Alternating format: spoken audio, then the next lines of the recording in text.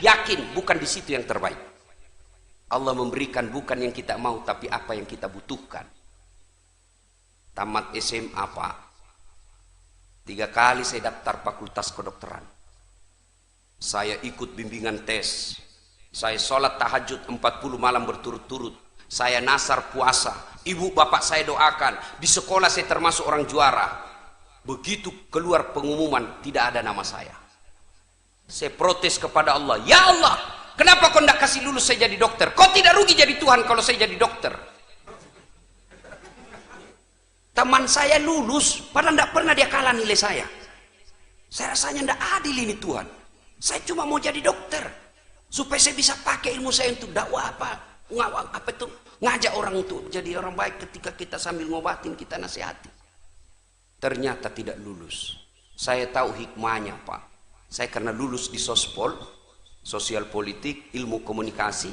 Saya pulang kuliah waktu itu terjadi tabrakan di jalan Perintis Kemerdekaan Makassar. Terjadi tabrakan, saya turun tolong dia yang tabrakan, saya yang pingsan.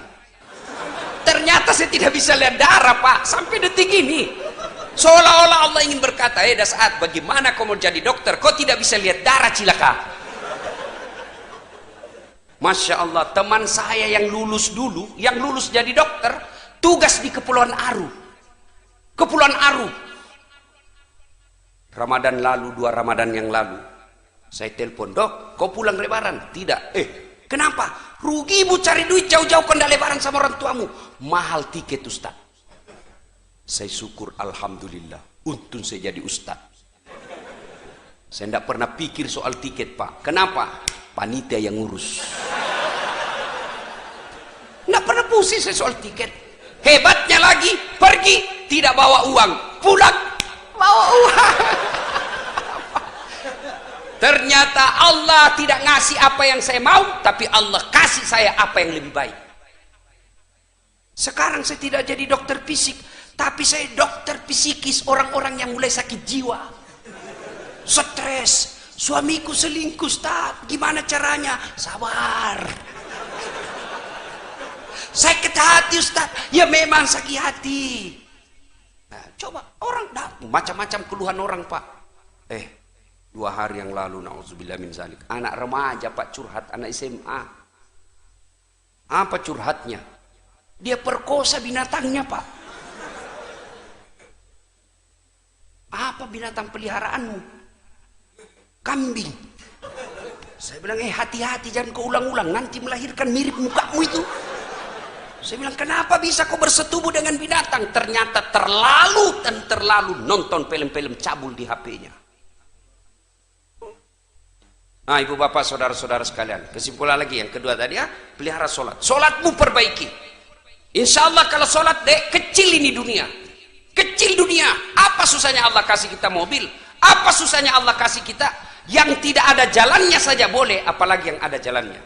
Yang berikutnya perintah serangkai, aqimis shalah wa atus zakat. Dirikan sholat, tunaikan zakat. Nah ini penting bos, biar rajin sholat Senin Kamis, tapi pelit. Ayo kita tes bos, keluarkan Pak. Jangan lagi pikir ini untuk ustadznya, bukan untuk ustadz ini. Saya sebenarnya tidak senang kalau lagi ceramah diedarkan celengan, rasa-rasanya ini celengan untuk ustadz.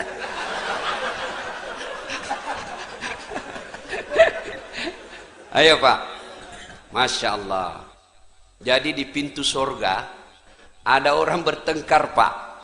Orang sudah mau masuk surga ini ada orang 4 bertengkar, saling tarik Pak, tarik kanan, tarik kiri. Siapa? 1, orang yang mati syahid. 2, haji yang mabrur. 3, ulama. 4, orang kaya yang pemurah. Bertengkar dia. Begitu mau masuk orang kaya ditarik sama orang mati syahid. Saya lebih berhak. Begitu orang mati syahid mau masuk ditarik sama orang haji yang mabrur. Haji mabrur mau besar ditarik sama ulama. Akhirnya turun perintah Allah, Jibril perintah itu 4 orang. Kenapa mereka masing-masing merasa berhak nomor masuk ke surga? Periksa satu-satu. Tersangka pertama maju. Kamu kenapa merasa lebih berhak masuk surga? Jibril, saya dulu haji mabrur. Setelah saya haji berhenti saya mendomi. Setelah saya haji saya berjamaah di masjid. Setelah saya haji, rajin ngaji Senin Kamis, haji mabrur. Katanya haji mabrur nomor 1 masuk surga. Katanya. Ditanya, siapa yang kasih tahu sampean? Ustadz, ulama. Mundur. Tidak boleh kau dahului gurumu, dosa kau. Mundur. Panggil orang kedua. Kamu, kenapa merasa nomor 1 surga? Jibril, saya nih mati syahid. Membela agama Allah. Ada yang hina Nabi Rasulullah Muhammad SAW, menghina Al-Quran. Saya kena peluru. Ini buktinya, bajuku masih berdarah, mati syahid. Katanya orang mati syahid nomor 1 masuk surga. Katanya. Tanya, siapa kasih tahu kau? Ulama. Mundur, tidak boleh kau dahului ulamamu. Panggil orang ketiga. Kamu kenapa mau masuk? Jibril, saya dulu adalah orang kaya yang pemurah. Katanya orang kaya yang pemurah nomor 1 masuk surga. Ada edar celengan di Masjid Tebet, saya isi. Saya keluari semua isi dompet, saya isi. Meskipun saya tidak ada ongkos angkot, tapi saya ikhlas. Katanya orang kaya yang pemurah nomor 1 masuk surga. Katanya. Ditanya, siapa yang kasih tahu kau? Ulama. Mundur. Sama semua kau, mundur. Tarik yang keempat. Kamu kenapa merasa nomor 1 masuk surga?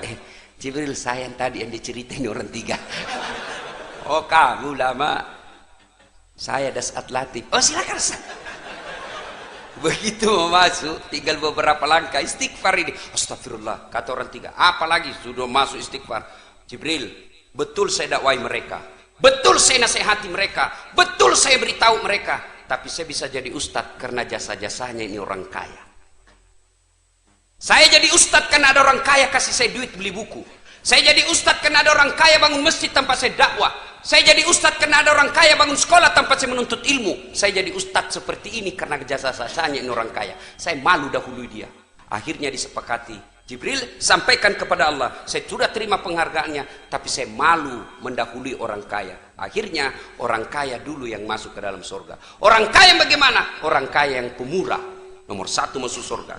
Tapi orang kaya yang pelit, dia bilang di kampungku seke, kikiri galap paku jambatan. Kau juga nomor 1 tapi masuk neraka. Silakan edarkan celengan bos, isi itu.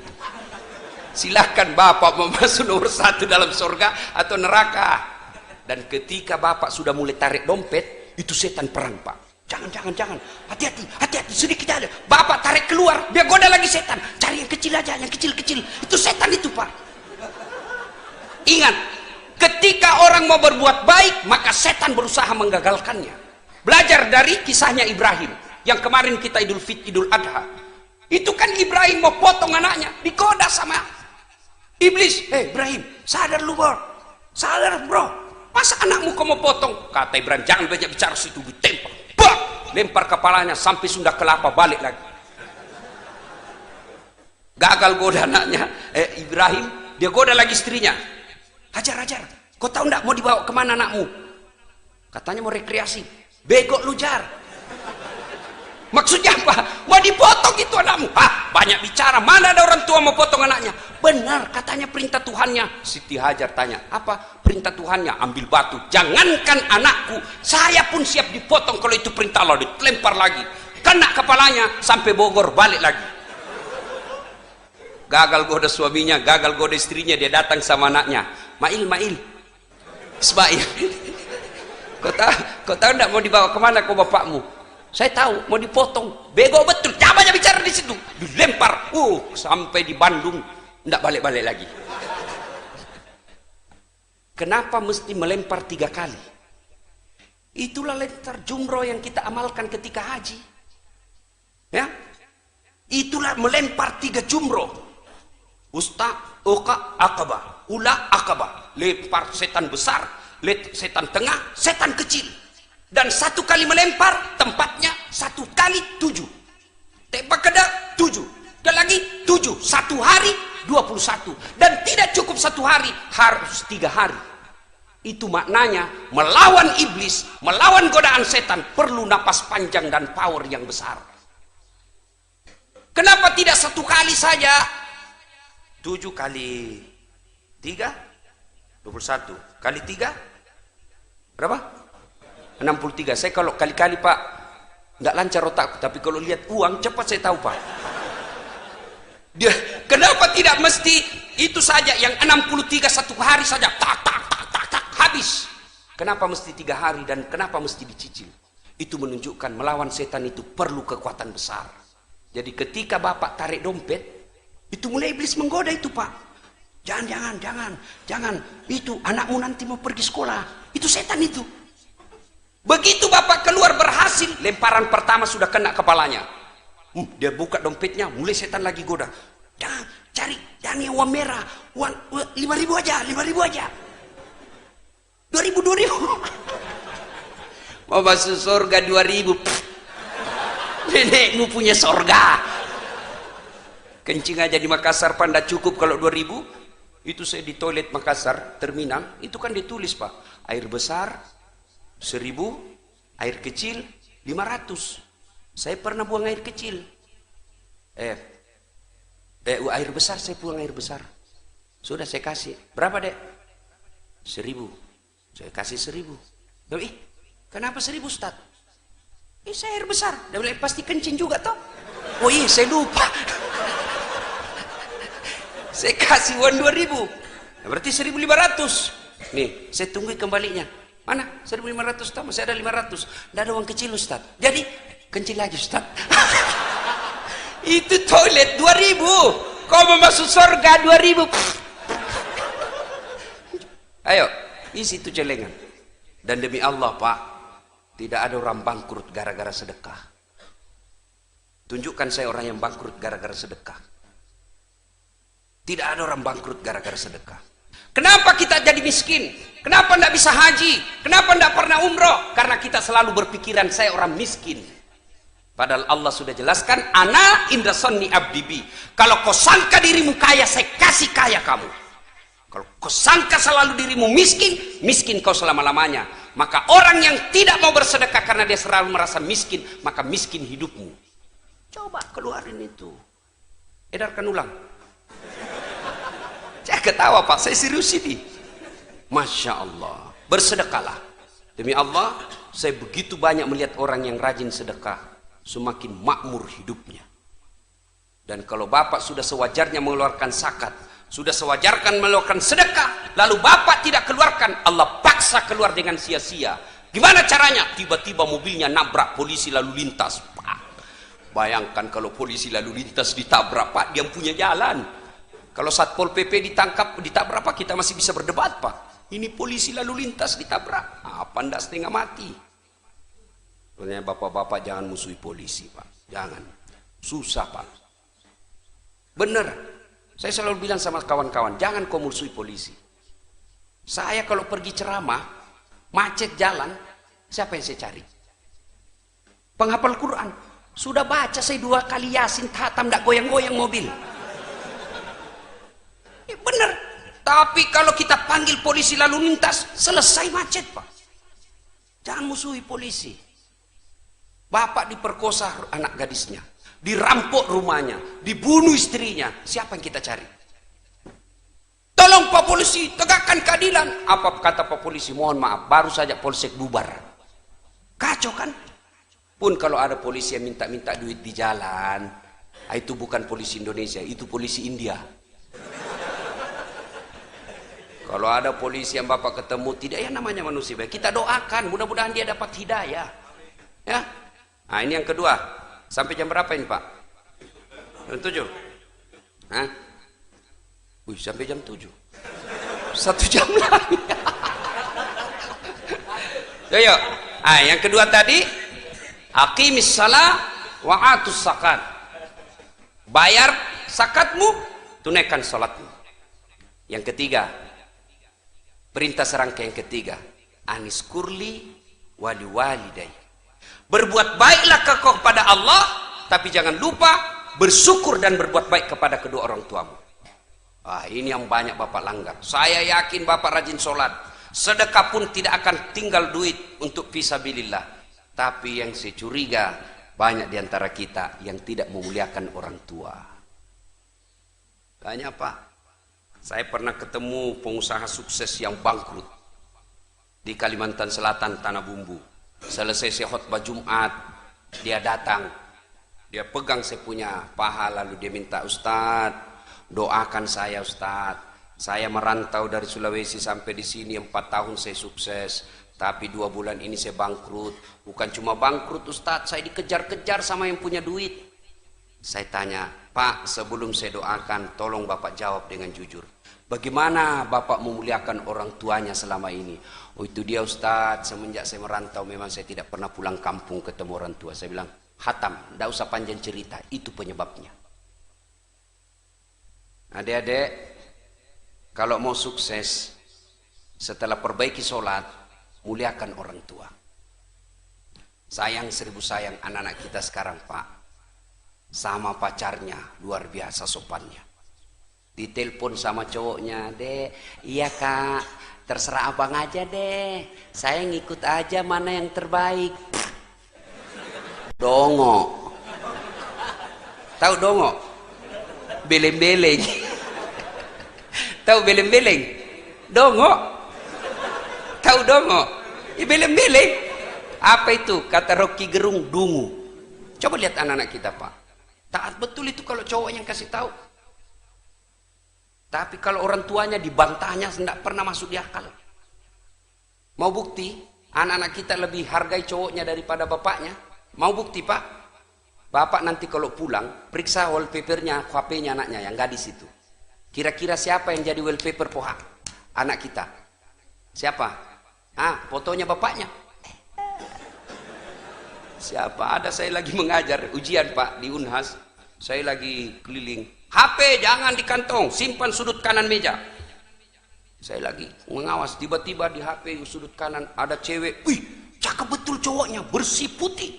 Saya bilang, Dek, cakepnya cowokmu. Kayak saya lihat-lihat, enggak imbang rasanya ini. Tahu? Langsung dia bilang, bukan cowokku itu Ustaz. Oh, siapa ini? Lee Min Ho. Siapa itu Lee Min Ho? Artis. Artis Korea. Oh, ini artis. Iya Ustaz. Kau dikenal? Tidak. Pernah dikirimi pulsa? Enggak. Pernah di miss call? Tidak. Beleng-beleng. Masa itu kau enggak pernah kau kenal, enggak pernah dikirimi pulsa? Kau simpan di situ gambarnya bapakmu ke situ. Ganti tuh fotonya bapakmu simpan. Tunggu dulu Ustaz. Dia carilah fotonya bapaknya. Tunggu dulu Ustaz, tunggu dulu. Sudah terhapus semua Ustaz. Ya ini anak-anak kita sekarang. Maka jangan heran anak kita S1 susah cari kerja. Karena tidak dapat kerja dia lanjut S2, makin susah cari kerja.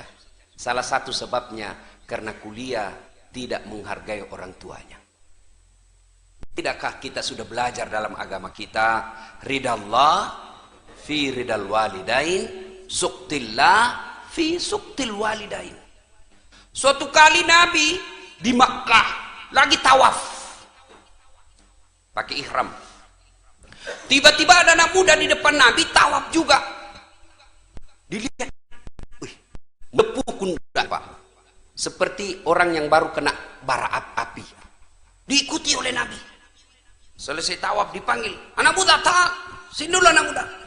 Kenapa pundakmu nak? Saya ini orang Madinah. Ibu saya sakit. Ibu saya ini mau sekali menunaikan ibadah haji. Tidak ada budak saya, tidak ada duit saya bayar onta.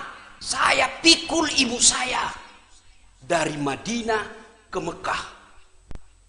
Jalan kaki kurang lebih 500 km, melewati padang pasir. Kalau Bapak dari Jakarta ke Bogor, itu kan masih enak Pak, masih banyak pohon-pohon, bisa tempat singgah. Makkah Madinah padang pasir. Kupikul ibu saya sepanjang jalan. Nanti selepas ketika saya makan, sholat dan buang air besar, saya ada terus di pundak saya. Hampir tidak pernah kelepas, makanya ini pundak saya melepuh. Nabi terharu. Lalu anak muda ini bertanya, ya Rasulullah, kira-kira kebaikan saya ini sudah membalas kebaikan ibuku kepadaku ya Rasul? Kira-kira sudah imbang? Apa kata Nabi? Demi Allah anak muda, kau sudah termasuk anak yang soleh, tapi demi Allah kau belum bisa membalas kebaikan ibumu kepadamu. Coba, mana ada anak-anak seperti ini sekarang? Coba lihat anak-anak kita sekarang Pak. Ngeri Pak, tidak ada lagi sopan santun sama orang tua. Bapaknya sepertinya dianggap kawan. Kita dulu ketemu sama bapak, lihat matanya aja kita kadang sungkan. Tuh bapak pelajari tuh yang namanya tadi Al-Fatih, ya, itu tidak pernah berani tatap matanya bapaknya.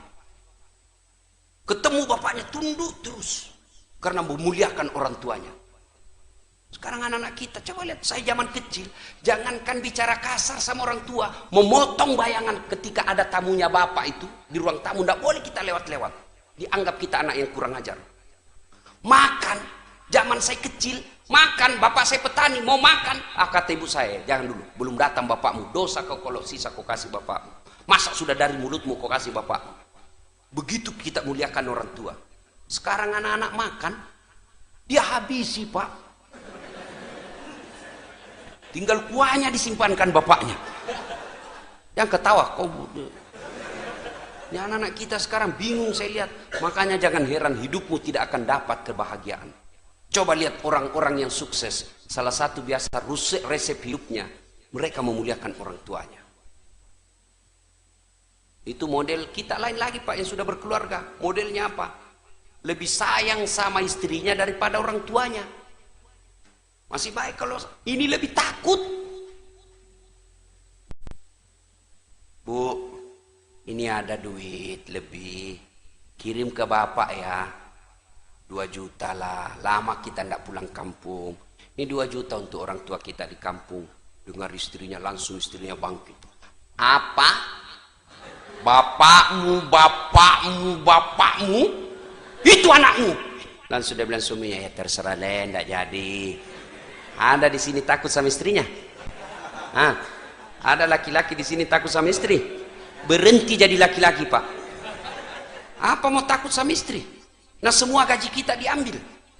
Coba lihat itu istri. Semua gaji kita diambil. Bajunya kita yang belikan. Lipstiknya pun kita yang belikan. Sampai duit itinya pun kita yang belikan. Masa mau takut sama istri? Jadi Ustadz tidak takut sama istri. Ngapain saya mau takut sama istri? Cuma istriku lebih berani dari saya.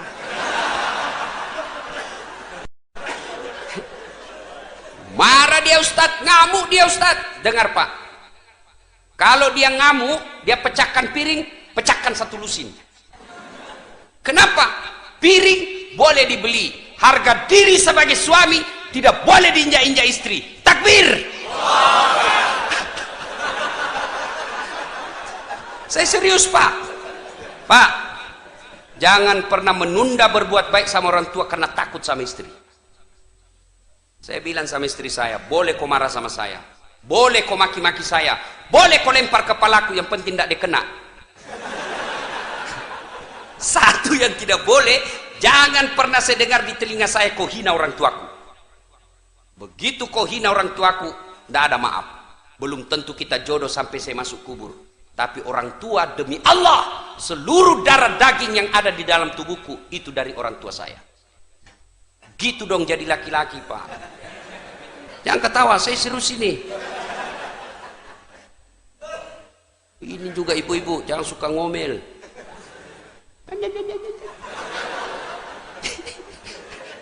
Hei bu, bu, bu, ini suami tergantung ibu. Demi Allah, kalau ibu baik sama mertua, suami tidak akan tergoda perempuan lain.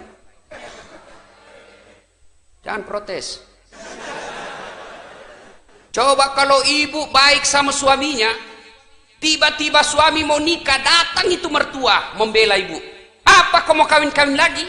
Coba lihat itu istrimu, baik betul. Saya belum bangun sudah siap sarapan. Datang saudaramu semua dihormati. Kamu tidak pernah dihina, ngomongnya tidak pernah kasar sama kamu. Apalagi kau mau kawin, belum tentu kau dapat perempuan lebih baik dari itu istrimu. Awas kalau kau mau kawin lagi, haram itu air susuku. Gitu mama saya kalau marah Pak. Langsung dia bilang, haram air susuku. Ampun mak. Tapi kalau tidak pernah muliakan orang tuanya, datang mertua dari kampung, baru 2 jam duduk dia tanya, Mak Haji kapan pulang? Weh, belum saya capek sudah ditanya pulang. Hah? Mertuanya hipertensi, makanannya yang asin-asin terus. Tidak pernah dihargai ketika datang mertua. Datang saudaranya tidak pernah manis di depannya. Pulang kampung suamimu dicuci otaknya sama mertuamu. Apa itu istrimu? Saya sekolahkan kau jauh-jauh. Saya jualkan sawah supaya kau dihargai orang, tidak dihina sepupumu. Ini istrimu sendiri yang hina kamu. Datang sepupumu tidak pernah dihormati. Saya datang di rumahmu tidak pernah enak-enak mukanya. Apa itu istrimu? Model apa itu? Sudah, kawin lagi. Saya carikan kamu sepupumu.